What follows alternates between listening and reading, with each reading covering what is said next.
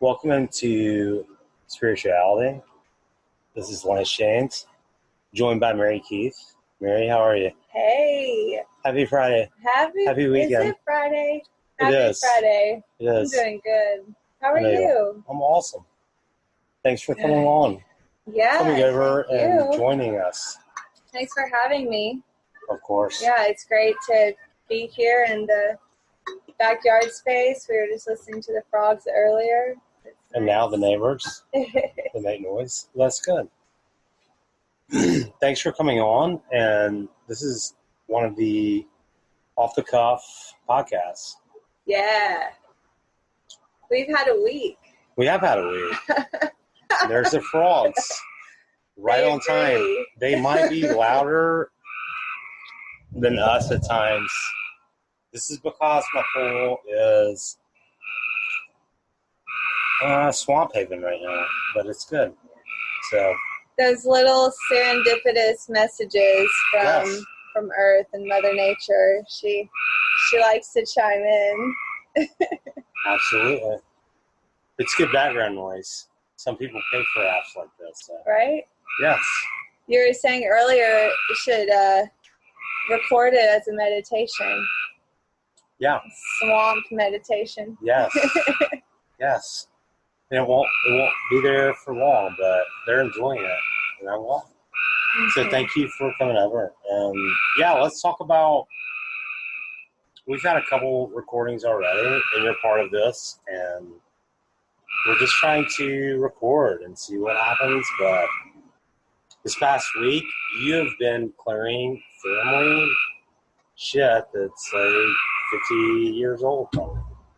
Yeah, it's funny, when you think of generational healing, especially in a spiritual sense and community, you think about taking a journey to Costa Rica or going into the jungle and, taking a wonderful journey in that way, or going to sound meditations and going to someone to carry you through past lives and things like that.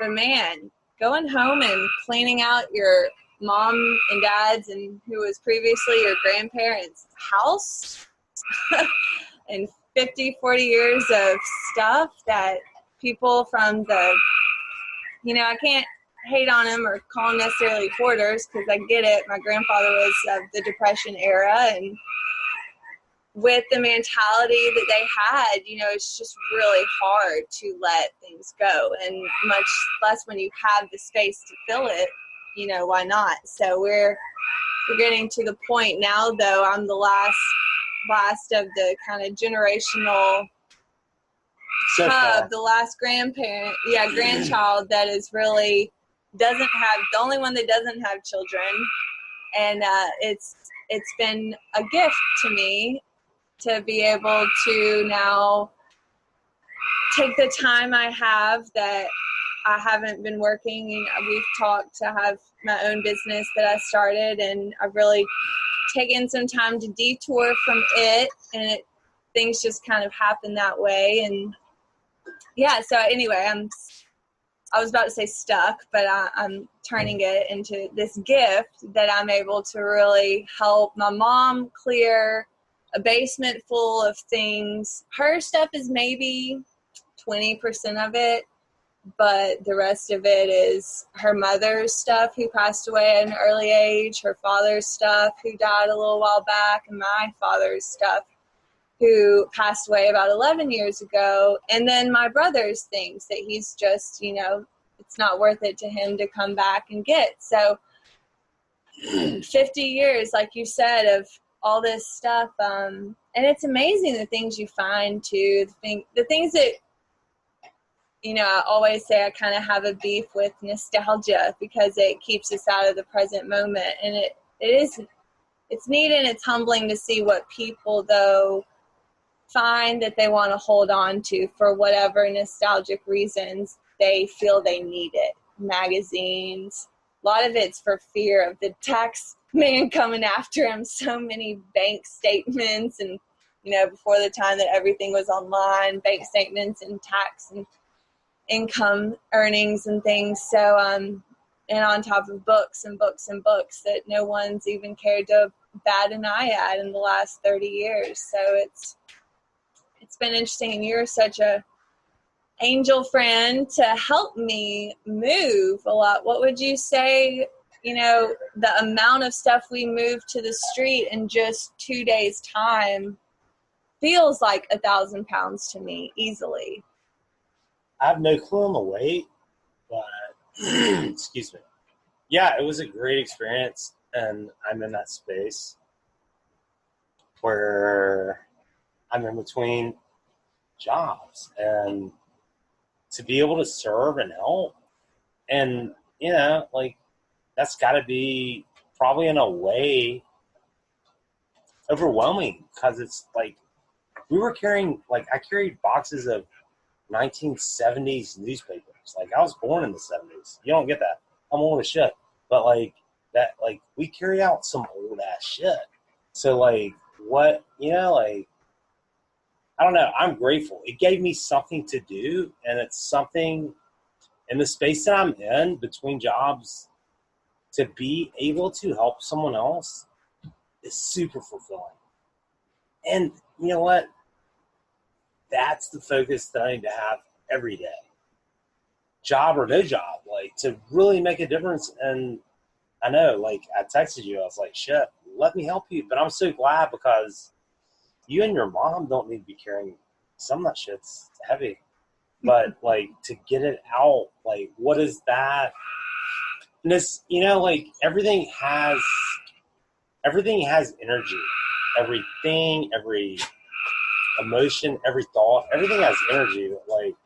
Stuff that is just stuck there, and I get it. With your family, there's been just loss along the way, but just to be able to realize that, there's always a reason to, and I'll say this, there's always a reason to hang on to something.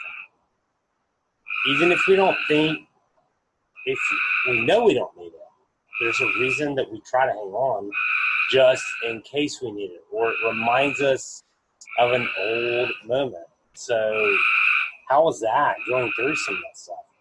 Yeah, I gotta say, having you along there with me that first day, because overwhelming, I think I didn't realize how overwhelming it would be to actually get down in there and start moving things. And then to realize very quickly with your help that without your help, I would have been sort of swallowed alive by it all, because I realized how, I go about things very methodically. And so I had it all planned out of what I was going to do first and how I was going to go. But the execution often is where I tend to fall short. And luckily, I had faith that it was all going to work out, because in that execution, you showed up to help me. And that's what was so great, because you did help me carry so much down so fast that I would not have been able to do on my own. And it's funny how our homes, and I guess in our cars and everything, we always say, as above, so below, as within, so without. My external reflects my internal. And it's so funny getting all that cleared out. I see how much this house represents such a generational expanse for me and my family, and in our spiritual growth between my grandmother and my grandfather, who got married super young, to me now, 50 years later, the progress and the growth and the evolution that those cells have gone through to get to where I am now, our DNA that's continued to grow and change and evolve. And to really see that house as such a reflection of that generational history, and the beautiful opportunity it is to not only clear it out and move things that are not serving their purpose anymore, but to also have the time to process what that feels like before and after. The frustration, the angst around the fact that it's there to begin with is very frustrating. You know, you say, how could someone possibly keep 50-year-old magazines? Well, I will give you a hint. They're University of Alabama football articles, and anyone from the South knows, well, oh, yeah, well, you could frame that. That'll be something worth keeping. No. You know, and just things. I found 5 coffee pots from dating back from 19 whatever to, 6 years ago. And because somewhere along the line, someone thought, well, we got to get a new coffee pot, but we're going to keep this one because someone might need it. And even that, we might need it in the future. So many reminders of how these things, these material possessions, pull us out of the now and can create worries for us that don't exist at all. Why do you think if you were going to need that coffee pot in the future that you wouldn't be able to have access to another coffee pot? Why do you think you have to hold on to this one, keep it where no one can use it? Right now, you're not using it. What is it that you're so scared that you won't have access to a coffee pot in the future that you need to hold on to that right now? Or even lack of coffee. When you have like 5 of them in the basement, there's probably a new one upstairs. No, like I love that. And like, I love that, just speaking on where I am between jobs, like just to be able to help was awesome. It's something. We all need purpose, and to do something to help someone else is great. And like, that's easy. It's easy. But, like, I know there's mental attachments. Let's talk about that. The mental attachments to stuff. How does this happen? Yeah, that's the thing. And that's what, I've been a student of psychology for over half my life now. And it's funny going through all this. I attempted to do this about 7 years ago, maybe 8 now, but it was too fresh. It was too soon to my father and my grandfather's passing. I was not being patient with her. I wanted to just bypass all of the feelings and just throw everything away and not even have a second thought of it. And I really pushed her and was impatient in that way, and so she pushed back. And if anyone that knows me personally knows that I can be really pushy. And I can really,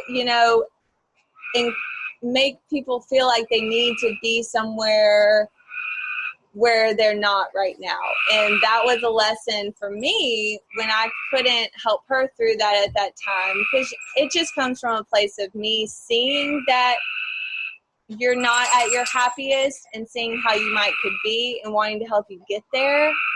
But it really took me going through that journey on myself to realize that's, at the end of the day, really not for me to determine or decide whatsoever. Like, we've got to go through those down areas of our life, because when we come back up, we're going to have the knowledge that has built us up to the point where we're able to handle things. So now it was time. My mom was ready. She didn't put up the fight with a lot of the things that she had in the past. She had been able to do her processing and come to the point where she could let go of it. But at the time, that was all she had of her entire family that is now on the other side. Like, my mom has experienced so much loss in her life that it's a beautiful lesson to me of patience and allowing people to go through what they need to go through to get through grief, because grief is so can be so hard because we do feel such a separation from this life to the next.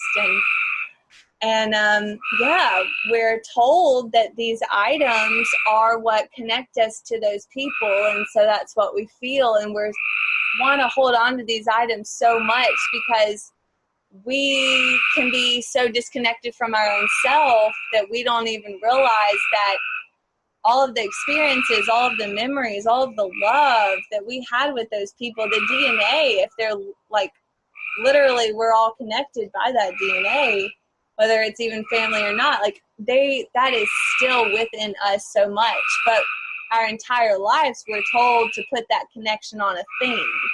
And we forget that it is actually, that connection is inside of us at all times. And it's been a journey for me with getting to that place with losing my dad, of being able to feel his presence beyond a physical, reality. And I think the more that we can cross that bridge and let go of those material things, the more it opens up the space to have that connection and to have that reminder that they're always with us, which honestly probably feels a lot harder, because that feeling is way more intense than having a pile of junk in the basement. As intense as that is, because like we say, it all holds energy, and it's holding stagnant energy. That stagnant energy can feel a lot more comfortable once you're used to it than the energy of the reality that you've always had it within you to begin with. That love, that happiness that those people brought you, that you never have to let go of that. That's a big proverbial pill to swallow, I think, for someone like. Why is it so hard for us to separate the stuff from those emotions? Because shit. I was carrying, there was newspapers from 1978 that I saw. There might have been older ones. I was 5 years old then. So, why do you think that is? You might have an answer. I told you this is off the cuff. Yeah, I love it. Why do we hold on to stuff so much? Because I think for a lot of it, it's what we're told is important. It's, from day one, we're told that having these things are what matters. And so we can live our entire lives putting all of the emphasis on the things and getting the things and working all of your hours of your entire life to get those things. And then when you die, for example, a typical, I do feel like average, middle class working family, dad works, mom works, likely to now, back then not so much, but works consistently to make the money to get the things. Well, shoot, then what happens when cancer and heart attacks happen and that person is gone and all you're left with are those things that they put their entire life into getting those things. They die, what we'll say early, as we know now with a healthy person can live way longer than what our average life expectancy is right now. And so when you have someone die at age 40 and someone die at age 60,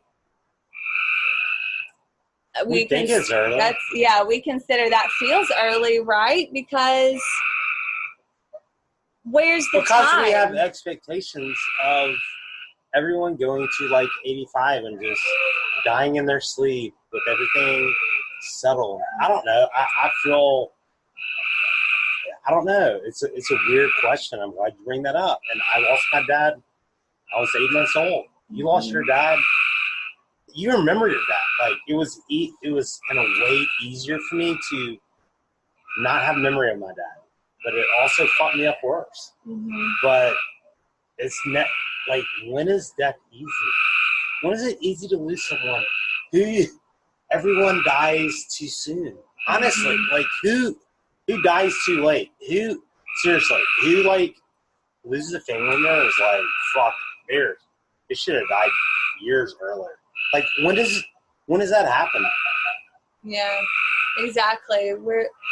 And also, where's the time that you spent with them while they were here? What is it? The 5 lessons of the dying is to not worry, and to spend your time with your loved ones, to put your attention into something else other than working just to get those things. Because if I've learned anything from all this, is that spending that quality time with them is going to last you way more than the things that the money they made leaves behind. And I think that's what's so hard, is we're left with that brutal reality when they're gone, that we didn't spend the time with them, and we realize we're just left with these things. And that's what we feel is the only thing that we have left of them. And so it hurts like hell to get rid of, to do away with it.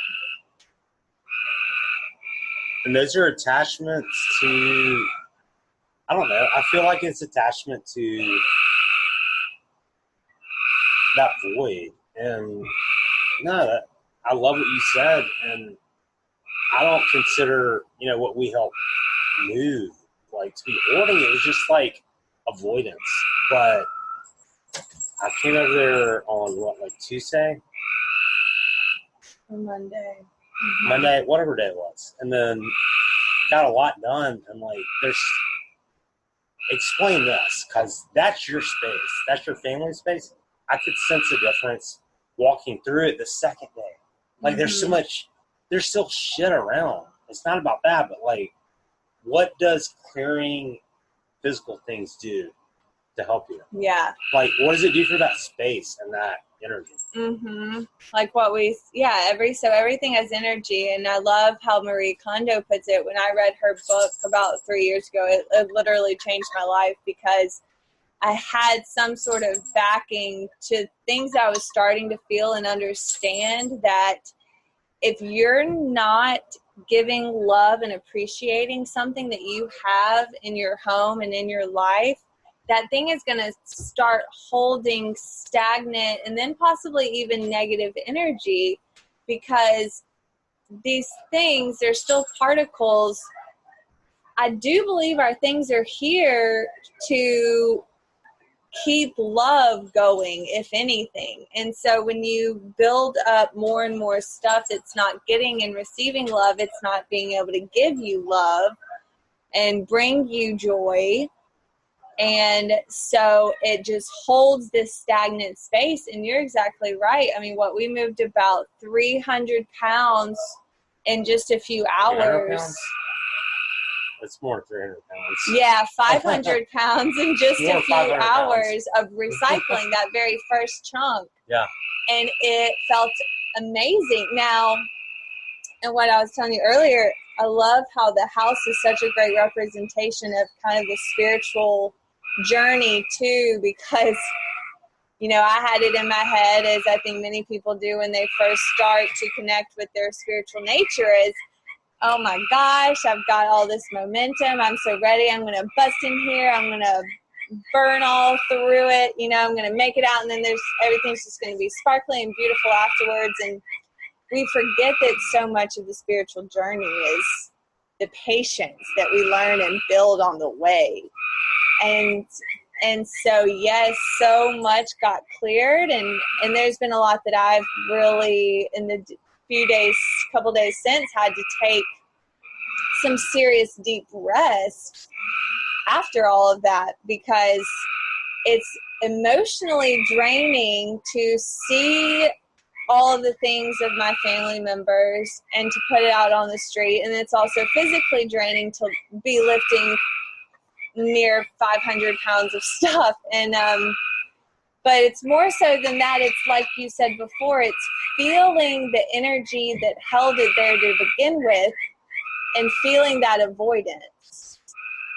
And you have to face it when you're getting rid of it.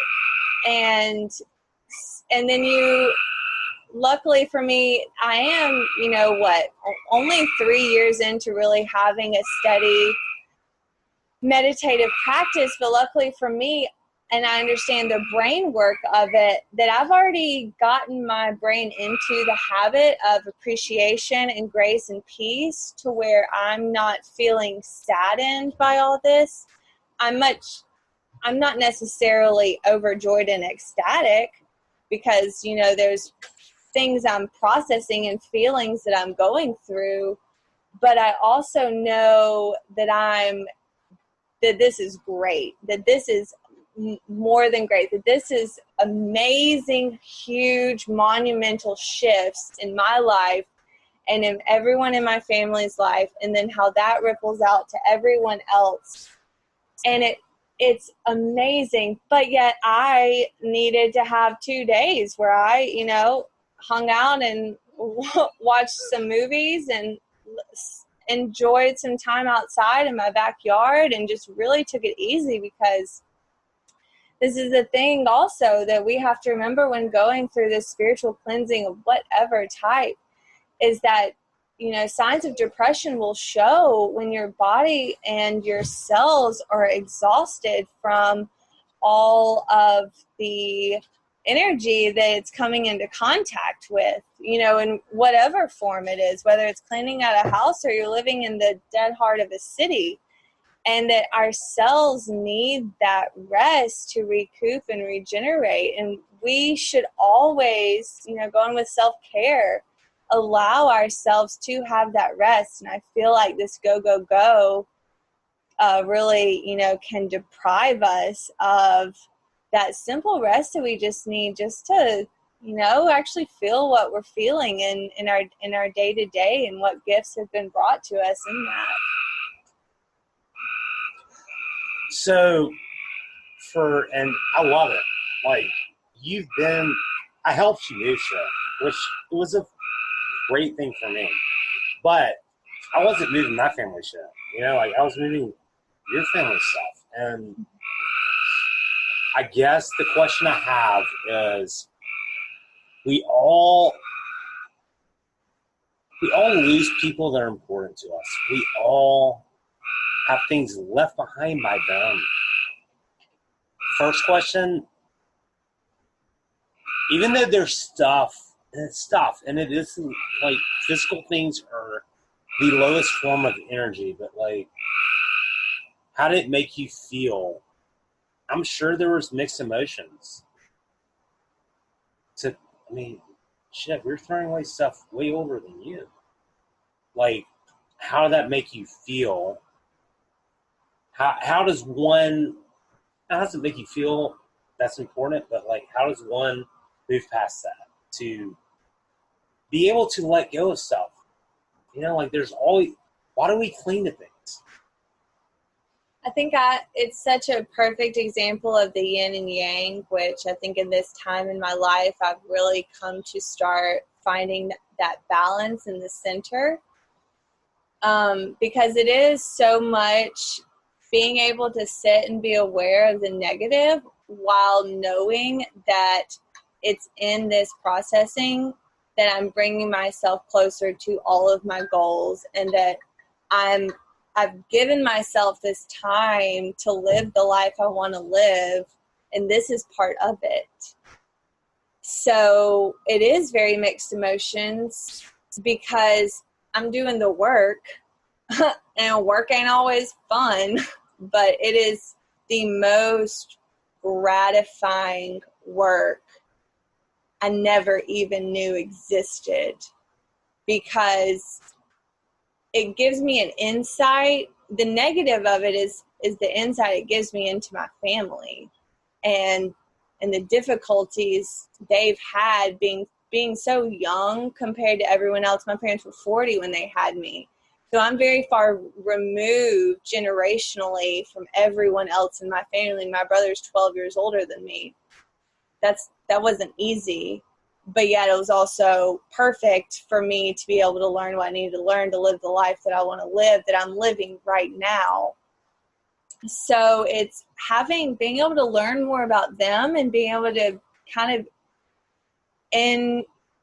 through my intuition, understand intuition and what I've learned about our feelings and emotions. And it gives me an opportunity to understand what they went through. But in that same aspect, it helps me understand everything even more about myself and things that I've taken on from them in that way, just in the, we take on our environment. And so that's the gift, it's like, the tough part is doing the work and having to really look at your mirrors. But the gift is the growth that is coming from that, because of how it helps you to look at yourself and how you live your life and my triggers that I have, and to really come full circle, bringing it all together. And like I said, thank God, I started a more intense meditative practice 3 years ago, because this is that, and already training my brain to be positive and to know that I'm cared for and held in love, like that this isn't an angry universe and it doesn't want me to be sad and upset, that I know that this is just a moment that's taken me closer to what I need, because I trust in my DNA, and I trust that this is what is bringing me closer to my dreams and to continue living the life I want to live, and which is, in some way to help someone else in the future or right now that might go through this as well. So I guess the question that I have, because I remember, I think it was Tuesday that we began, maybe? It was Tuesday, yeah, because recycling was Wednesday. So I remember at one point you're like, you can get through those books over there. And like, this was not my family's stuff. So like, I told you that, which is cool. And it's been great. Like, I enjoyed helping you so much. You and your mom, it gave me something to do. And that's awesome. But how does someone who may have lost their parents, their spouse, like, how do you begin to let go of that stuff? And how do we begin to let go of things, just shit? Because everything that we have right now is something that we once wanted. We were dying, everything that we have. And I don't know, that's kind of a big question. But like, and you probably had to make a call on certain things to get rid of. Not, you'd have to ask your mom every time, whatever. But like, how does one break through that? How does one break through that barrier of letting go of shit that's just really not serving you? That it's energy. It is energy. I'll tell you that. At the second day after helping clear things out, like, just there's so much room down there. It's awesome. Yeah, because what you're asking is, how do we detach from these things that we have put so much attachment to in giving us connection to someone else? And I gotta say, I think it's right here. Like you put your hand on your chest and you feel your heartbeat. And it's in there that if you can slow down enough, which I think is the hardest thing, is to slow down enough to let yourself. But when you can, and this is another thing I really like to say, when I do a clean out, whether it's, I've done this with clients before, and it's way easier. But no matter who I'm doing it for, I'm always thoughtful about it. I don't just take everything to the trash and be done with it. You know, I separate what can be donated, what can be recycled, and what then needs to go to trash. What of the relics can be kept, you know? And going through it thoughtfully is a lot more exhausting mentally, but that helps too. So, you know, say it's a piece that you're giving away, you know that you're donating. You know, that's going to bring someone joy. You know, some picker is going to go to that Salvation Army, and they're going to find a Vitamix from like 1950, like the very first Vitamix that ever came out. That is probably a collector's item to someone. They're going to be so happy. That makes me happy that those things can pass on and be a part of someone's life because it served its purpose in our life. You know, the things like the newspapers and whatnot, I just feel grateful enough that I was able to look at them before they went on past, because I'm going to remember that was important to someone in my family. But all these things, it put your hand on your heart and take a deep fucking breath because that's where it all is. That's where it's all ever going to be. And until we start the practice of turning in and allowing ourselves to feel that reality, a lot of the detachment's going to be a lot harder. And which is why I had to go through 3 years of literally practicing this before I was ready to tackle this myself. And you know, put your hand on your heart and take a deep breath, because that's where we are, and that's everything past, present, and future is right there in our chest, in our heart, in our DNA. Like, we don't have to look to these things once we start reminding ourselves that all of the wisdom is within us. I mean, if you've ever stopped to think about how far our DNA has gone to get us where we are, oh my God. We are brilliant molecules that are doing this thing. We're way older than we think. Humans in general. Yeah. I think. Yeah. No, I love it. No, and thank you so much. Like, for me, like, it's been a super awesome part of my week just to be able to be a part of it. Oh, shit, I asked you, but like, dude, help me to be able to serve someone. And, you know, it's your family stuff. Shit. I saw that newspaper in 1978. I was fucking 5 years old. That's to me, it's way before you, but like, what are the like, all right, this is not planned at all. I love it. I know. It's so great. I know. So, for someone that's, let's say, has lost some important people in their life, and then, you know, shit, we all let shit get jammed up.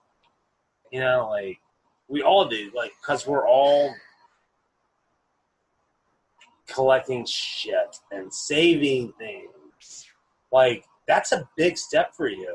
And how can someone maybe, and like I said, it wasn't a horror thing at all. It was just like, it was like a collection, your family's house, and then lots of stuff down there. But like, literally, time capsule. Yes, but the second day, just walking through, like, holy shit, it was a huge difference. So like, how does someone that might have a lot of stuff and they're not, you know, they don't want to give anything away because it holds some memory. Like, how do you, what's you don't have to have the answer. But what's a step? What's step one? What can someone do? If they're getting overwhelmed with stuff, you don't need bank statements from the 1960s. Like, mm-hmm. Well, I think it's as with any time in your life where you're moving through something really difficult. Number one, you and you keep reminding yourself that you have the time to go at your own pace. And then from there, really and truly, as cheesy as it sounds, taking it one step at a time, say starting with the bank statements, and this is where I love when I do this with clients. Luckily, I'd already been through all these conversations with my mom 7 years ago. So this time around, when it came around, I tell her what's here, and she's like, okay, yes, I'm ready for you. Take it. But in the beginning, it was, okay, but why, like really giving yourself the time and the space and the nutrition. I'm always going to harp on the nutrition. Carry your body through this mentally trying time, physically, all of it. But why? Take the bank statements. Say it was hard for my mom to let those go. Well, why? Why are you having a hard time? What is it that's attached to that? And maybe she'll say, well, this was the first bank account that we had and we shared, and what if the IRS comes back? Yeah, what if the IRS? And What if? But you get to go through that. Okay, so it's this sentimental story. What's really beautiful? You get to keep that story, regardless of if you have those papers or not. Trust yourself that when you need that story in your memory bank to come back to you, that it will. Say you're scared about the IRS. Okay, well then you can look at it very, literally and say, well, the IRS doesn't care about those bank statements anymore, so you can shred them without any worry, and just going from there. Each little thing we found, this is so funny. It just shows you how we buy things with one intention and then somehow we just get lost in it. There were 2 autograph animals. Do you remember back in the day where you have a Snoopy and then you take it to a birthday party and everyone's at the birthday party signs the stuffed animal and it's got all these messages. Well, we had 2 stuffed animals that never got their signatures on them. They just were bought to be used for that reason and then forgot about. And so one thing I kept asking my mom in this was, well, truly, I understand you're disappointed that it wasn't used for the purpose you thought. That's okay. We can forgive ourselves for that. Don't be upset at yourself about that. But also just can you understand that you don't need that you really, what is it bringing to you? Something like that. If it's just something you're just disappointed you didn't use it for what you had hoped you're going to use. Well, to be honest, if it was that important to you, you would have done it. How important is it really? And why didn't you do it?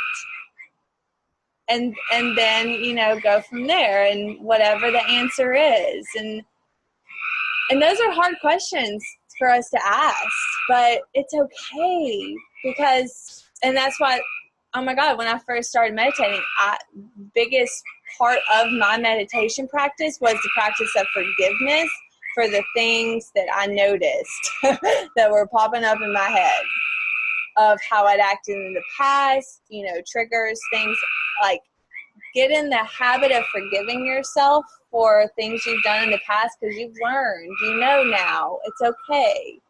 And I don't know that a lot of us really give ourselves the time to start a forgiveness practice to remind our brains that we don't have to go down that route of negativity on ourselves. Our internal voices don't have to beat us up. They're supposed to encourage us instead. I guess, and final closing this time, and I know that you're going to be such a part of whatever the hell this is. I've enjoyed it, honestly. I've been so grateful It's been so to be good. a part of this, but and thank you for sharing this because, you're the youngest of your direct family outside of nephews and stuff, but how does someone get going? what does someone do that finds themselves, we all accumulate stuff, and it clearly this has been like such a family place, like going back generations for you. Like, how can someone start like realizing? I don't know. I mean, you started the process. I just helped move shit. I didn't make the decision. How does someone start clearing stuff, and what can you feel a difference in your? I'll ask you. Let's go in reverse order. Can you feel a difference with stuff being moved out of there? Oh, 100%. I mean, I feel lighter and heavier all at the same time, because what I witnessed and what I experienced going through everything is heavy. But I feel lighter because I'm moving through it. I'm still happy. Like, just because I'm feeling something heavy doesn't mean that I'm not 100% happy and grateful with everything going on in my life. And then I feel lighter because that space is open. That I know when you clear literally space. there's space open. Yeah. Like, to walk through there the second day I helped you. It's huge. Oh my God. It's a huge space. And like, after I left the first day, you got into another corner and cleared stuff. Like, that's amazing. And it's going to get clean tomorrow, and I've experienced in the past when I've had a huge purge of items, I know, oh my goodness, do I know, because I've lived it and I feel it, the wonderful things that come when you clear space. So that's the high that I feel with the low, with the heavy. I wouldn't even say low, it's just heavy, is that this space is open. There's more flow going through it, even without having to do anything else. And that I know that it's helping everyone attached to those items, and especially my mom who lives in that house, to have more space for her mental clarity. Because as within, so without, what's within us is reflected in our external, and so for both of us, she and I, it's opening up, but also, just really, so that's the one answer is yin and yang, man. This balancing of the scales, like all of it for me this past 6 months has been such a beautiful journey in finding balance, and how you go from one end of the spectrum to the other, to a little bit closer to, it's okay to experience life and to change and to grow and to evolve, and how many different, versions of yourself you need to before you really click into what you feel is yourself in that now, in this now, and then not being scared to change when, you need to edit. So that's the one. It's very high and low. And it's funny, the answer to the second part, how do you start? Yes. To be honest, is you stop. First, stop. You stop what? Stop the incessant rat wheel spinning in your head. Stop the worry. Like, get in a practice to where you can stop the worry. Find your equilibrium. Like, we're in a chronic state of stress, and it's okay. Like, we don't have to beat ourselves up for it. We can just look at it for what it is and understand that we can pull ourselves out of it, but that takes practice. And when we're able to do that, then the clarity comes in of how do you tackle it, because it will be different for every single person. Like, too. Shit, I just found my father who's deceased, or my grandparents who are deceased. Like, I found this that was theirs. How do you let that go? That's the tough part, I think. What is it? And it's different for everyone in every situation. And it's not about throwing everything away that they've had. Mm-hmm. Like, you've been through that process because you had to make those decisions. Like, what is it? What are some questions that someone can ask themselves to at least get that go. You got to start somewhere. And it's different for everyone. We don't have the answers, me nor you.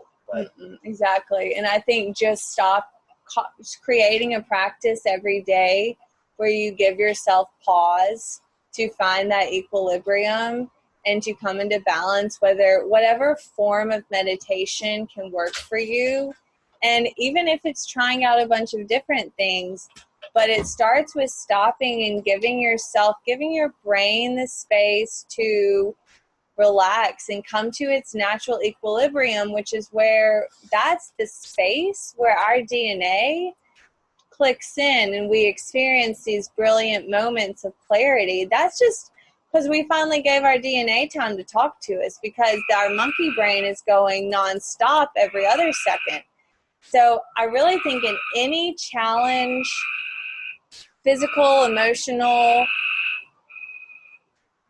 giving yourself the space to tune in to your own brilliance and ability to stand on your own will help you move through how to tackle any difficulty, but especially difficulties of attachment, because you've already started to remind yourself,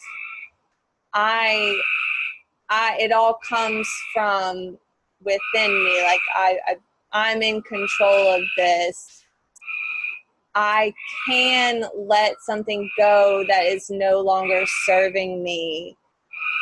And I can know that I don't have to have a thing to feel connected to someone that is a loved one. I don't even necessarily have to have the memories. If I can put my hand on my heart and feel that heartbeat, that's, connection enough right there sometimes. And, but I do think it's really important that it starts with that meditative practice of giving yourself the time to be with yourself, and you'll get the answers that you need of where to go and how to do it. is it possible to, I'm sure it is, I'm sure this is part of your process, did you bless some of that shit that went to recycling or the trash? Did you bless it in your own way? It's funny that you mentioned that, actually. So I speak back to when I first really started a steady practice 3 years ago. I was going through a really hard time in my life. I was not at peace with a lot going on in my life. And I had a internal verbal peace that I would give things that were difficult for me, or that I was angry towards. I would say it out loud, say it in my head, Om Shanti Shanti, or peace, peace, peace, peace, peace, peace, peace. Well, it's funny how our brains are so smart that we are so elastic, and what you stretch gets stronger, is that I don't even think about it now. I'm just constantly giving peace to these things as I'm in them.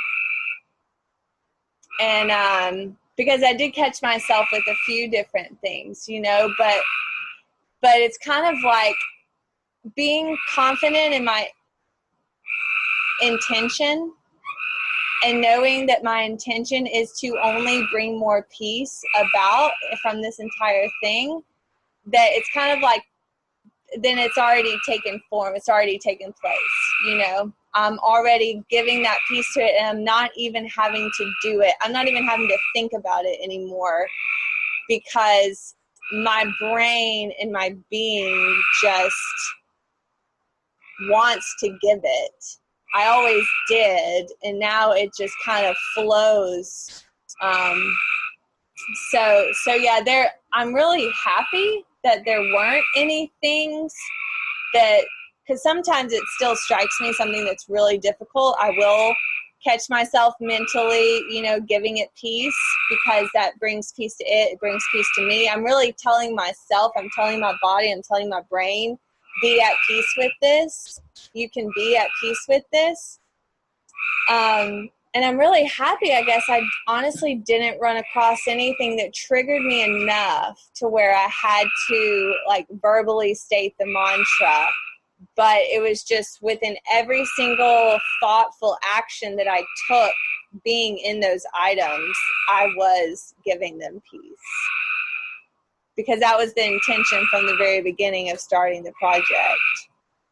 One of the first, I will mention, one of the first boxes that we opened of books had Wayne Dyer's first book that I have not ever read. And I met him before he died. Like, there's no accidents, but like, and that's, I think that's part of it. Like, it's just about starting somewhere. And I can't even imagine, like, there was that time you're like, all right, start going through those books. I'm like, I'm not a Keith. I can't. I'm happy to carry stuff, but I can't make the cost. But like I think I love that. Like, I sense a change in the space from day 1 to day 2, and it's just stuff, and we can it's so easy to find a need for why we might need something down the road. But at the end of the day, everything that we have was at some point something we wanted. And yeah, it can pile up, but And to have trust that when you need something, it'll be provided for you. Yes. You don't have to hold on to it right now for what if. You don't need the 5 coffee makers that we moved. How much faith do you have that you'll be able to get a coffee maker if you need a coffee maker somewhere down the line? You don't have to keep your old one when you bought a new one just because. And you're keeping someone from being able to have that coffee maker, and that coffee maker bring them joy and make them, happy and spunky in the mornings. So through this week, and you're just getting going with it, what's something very positive to you as an outcome of clearing? I mean, this is about clearing space. This is about clearing clutter. This is about clearing. And look, we all have literal clutter things, shit we don't need, shit that we think we might need. We have mental clutter. Just, this has had to have been in some way. Well, whatever. You tell me. How does someone get going clearing their clutter? Well, I feel like what's so great is the metaphor that this house has shown me, in the metaphor to a spiritual practice is that, but back to that, the practice is really finding the peace along the way, because we got all this done. And, I feel it's already, shifting and moving, and it's so much, but there is so much left to do also. And I think sometimes we get into the high of tapping into our great powers as human beings, just to control our emotions and how that affects our world, that we get on high and we expect all these things to be in our hands right away. But this house is such a beautiful reminder and a metaphor that you have to do the work. And you have to get to a point where you love doing the work because of what those lessons are bringing you. And that you have to be patient with the work and the time. Every single successful person will tell you about that time in their life where they were broke as a joke, didn't have a job for how many months maybe, eating ramen noodles, dollar store stuff. But it was still one of the happiest moments of their life, because it's in those times where you have nothing that you realize how much you really have just within you and your intentions and your faith and trust in your DNA and its connection to the universe and where you're going by way of your intentions. And so, there's an attic that needs to be taken care of too, and that's not going to get done on this trip, and that's okay. And it's also giving the time for when you do clear a space, like, give yourself time to let that settle and see what that feels like before you move on to the next thing. I kind of think about spiritual bypass is something that we call when you're just blowing through steps and stages, but you're not really sitting with the changes for very long in between each. And I think that's where some real beauty and clarity can come about of who you are, where you've been, where your family's been, what product you are because of it, and seeing what that leaves you with. How do you feel about that? How does that make you feel about where you're going and what intentions you have for your life and how you go forward? And how you start with that. I think it's really important as we talk about our spirituality. Is patience is so important. Like don't give up or don't stop or don't try not to be so frustrated if you're not moving as fast as you feel or you think you should, because it seems to be on some level that you might not be where you thought you wanted to be or where you should be, because where you are is exactly where you're supposed to be in every single now, and we know this. And I've been through such a practice of remembering this that it's not a question for me right now, even though there are so many things I could probably look at and be frustrated and disappointed about because I see the road ahead of me. But it's beautiful because there's so much to be gained from the experience. I mean, this is life, right? Like you experience it. That's the gift.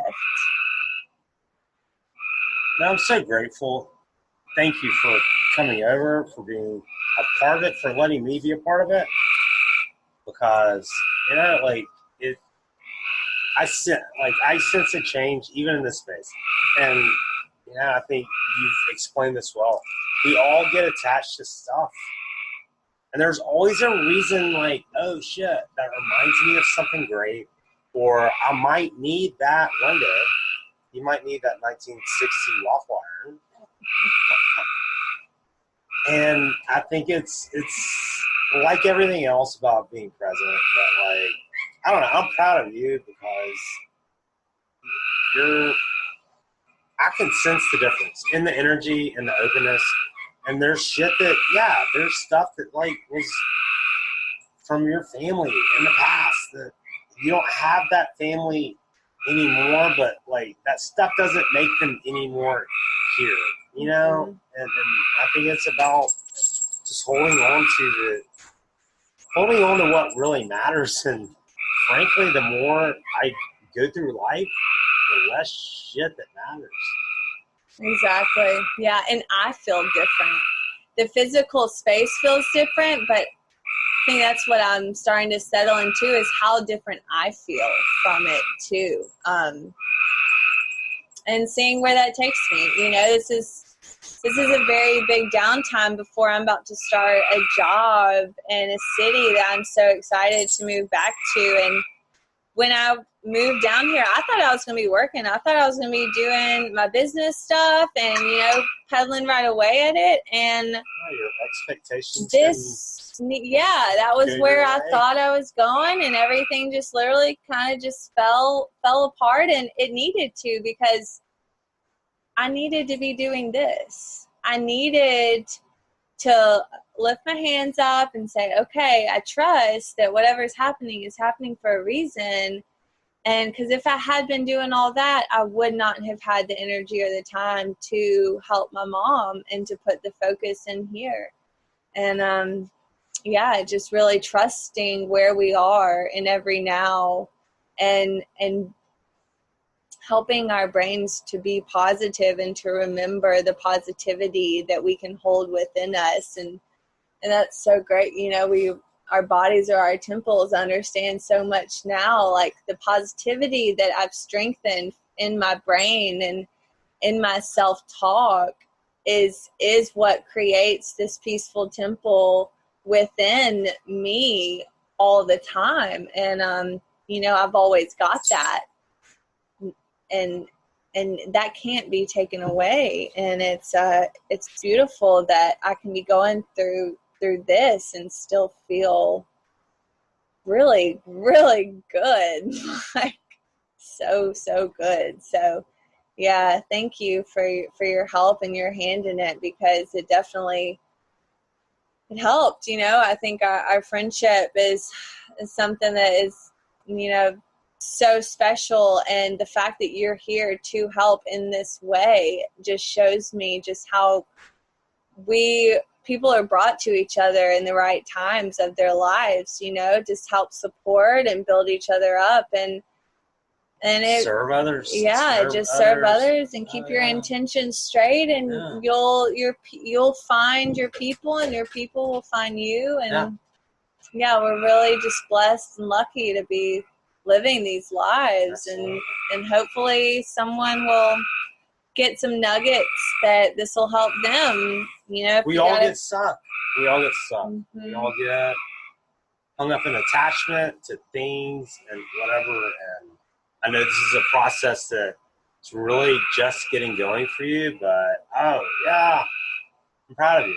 Like, you're a bright light. Keep shining. Oh, we all are. Thank you so much. No, absolutely. Buddy, happy now.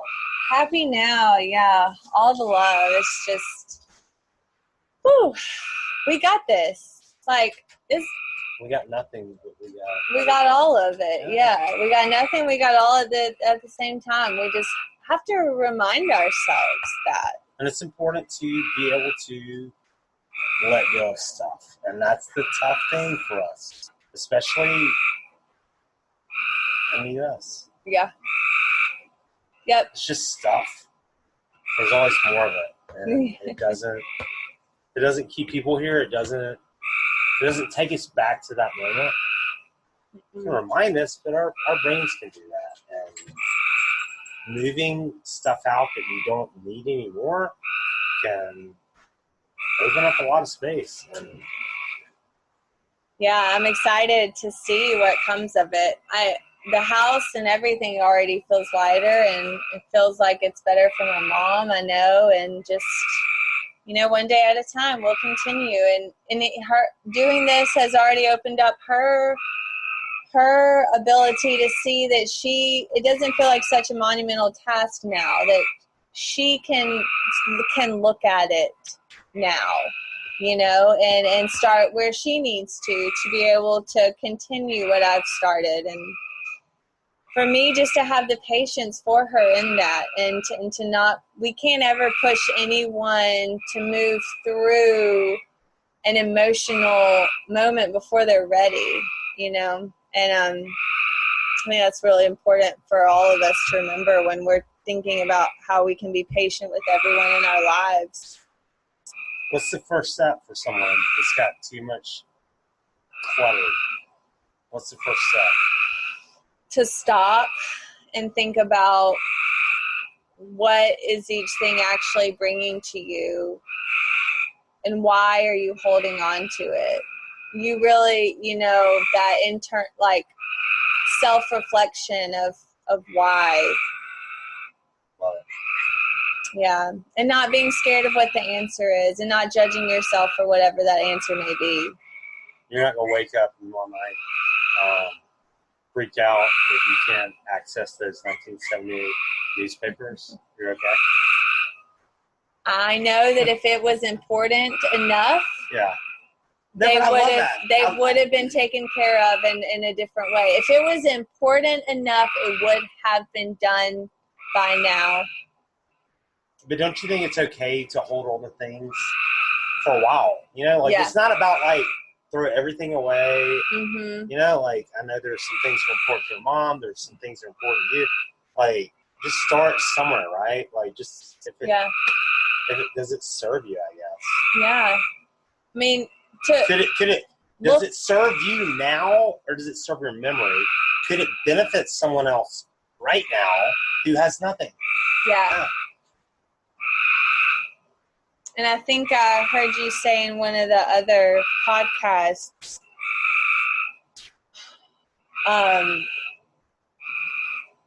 like why?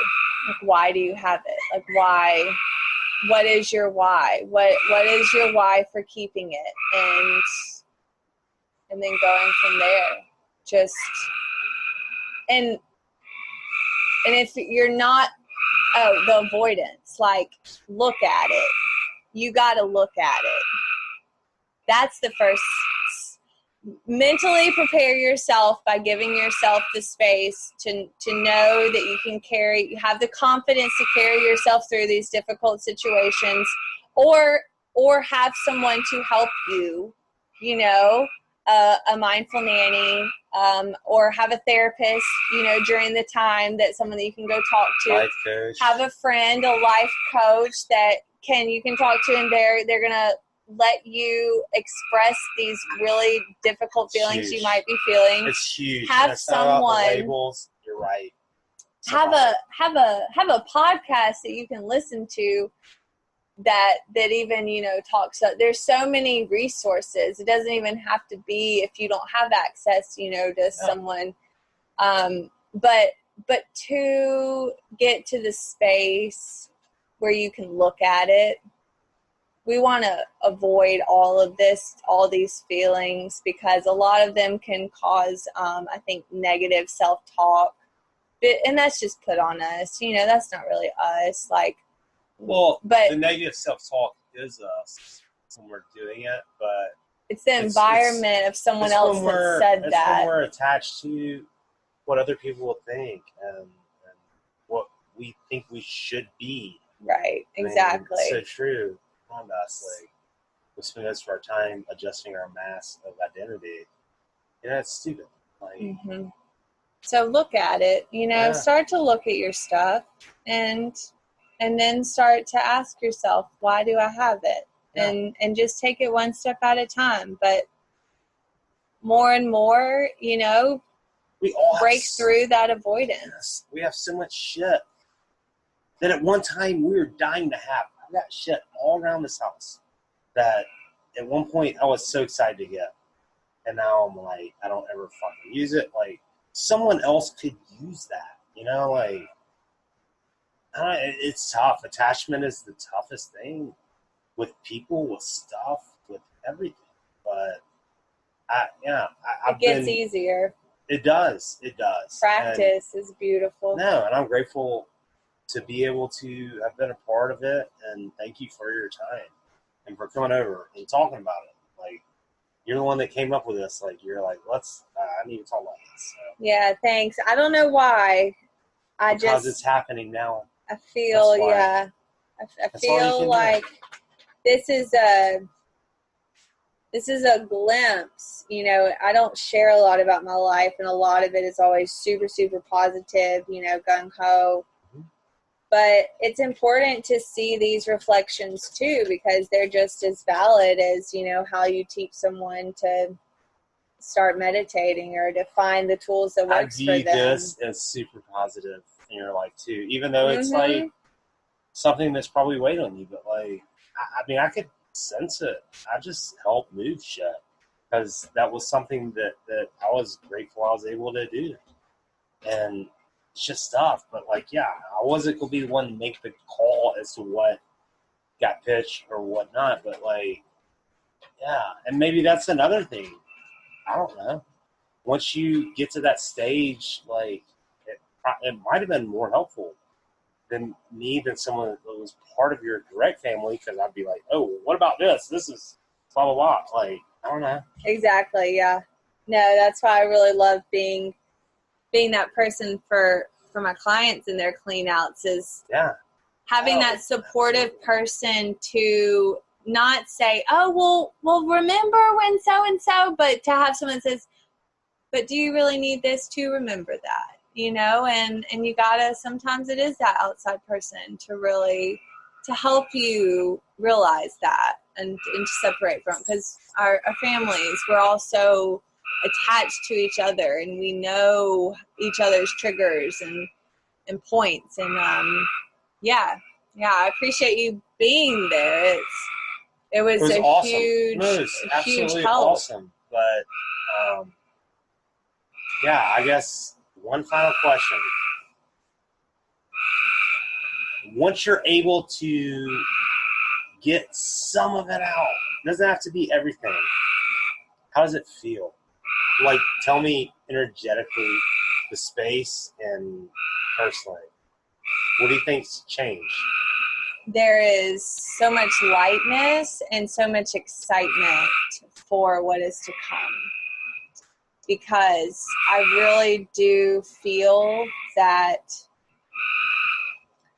energy moves so far beyond us, and that what we as ourselves can heal generationally for ourselves, we heal for our entire family, and that we heal for everyone connected to us, because we were able to look at something difficult and move on, and it's not a trigger anymore.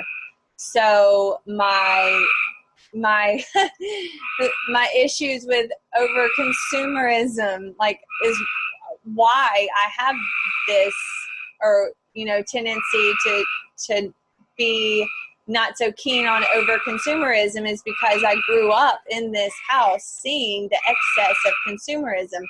But what's amazing is moving through and getting all this stuff out has helped me come to an even greater peace with consumerism, because I understand it's just rooted in pain, and for us at least, or for my family, and so being able to not have that grudge so much with consumerism, because I see its root and it just needs compassion. It doesn't need any more anger. There's been enough anger. And so the lightness and the excitement, and how it just continues in the evolution of everything, and lightening us all, lightening everything up. I think every space that we clear, mentally, physically, emotionally, just opens up room for something better to come in. And it can be that simple. Yeah. But shit, just stuff, is the lowest form of energy. Things, they are. And we all have them, and there's nothing wrong with it. And we're not saying to throw everything away. Whatever, just start somewhere, though. And how much shit do we have that someone else could be using? There's a lot of, we're so spoiled here. We're so spoiled here. There's so many people that don't have anything. No, I'm grateful. I'm grateful for you coming over. Thank you for being on your part of the show. Thank you. Absolutely. And letting me be your help move stuff. I didn't make the decisions, but it's been a cool week, and that was definitely fulfilling for me. So I'm grateful. Thanks for being open to give and being excited about it, because that helped me really jumpstart that first day with some super momentum. And we're just going to keep rolling with it, and beyond. It goes so far beyond just this week, and that is what I feel, from it all is, we're all going through some big shifts right now, I feel like, in our lives, and it's taking us where we want to go, where we need to go. We already out with the old. Yeah, in with the new. Oh yeah. Thank you, Mary. Thank you. Peace. And the frogs have been at no charge. That's the benefit of a dirty pool right now. But thank everyone for listening. And thank you. Yeah, just try to don't do anything. But if you have extra stuff, could it be used to help someone else? And do you need it? And I'm learning. I know that you're in agreement with me. I'm looking at you the more that we let go of, it really does open up space for better things to arrive. Yeah, it's time. And if you ever, never please, if any of this resonates or you want to know more, or you're thinking that you or your grandparents or someone is in a similar situation, please, never hesitate to reach out to me, Mary Keith. Oh, yeah. your contact info. Mary at themindfulnanny.life is one email, Mary at themindfulnanny.life. And or find me on social media. At Instagram is at Mary Keith 8, MaryKeith and the number 8. You know, I'm there, and reach out, because that's the thing. Like, if what I've learned or what I'm going through can help someone else, like, please let me. So yeah, we shall see. And I will get all your info to share on this when I post it. I keep forgetting that. I'm clearing space. I'm learning as I go. Blessings, everyone. Thank you for listening. Yes. I hope it was beneficial. Clear space. You know, we all have shit, and do it as you're ready to. But the more that we clear the past that we don't need, is because from thoughts to everything. The more we get rid of shit we don't need from our past, it just opens up opportunities for more things to show up. Yeah. We don't have to hold on to emotions that cause negative feelings in our bodies. We can trade them for new, lighter energy and feelings and blessings. And to realize the blessing that it all is. Yep. Yeah. Even our worst shit. Yeah. It is. Thank you, Mary. Bless it. Awesome. Thank you. Happy weekend, everyone. Thanks for joining us. To Spirituality is the new name. Woo. Have a great weekend. Thank you.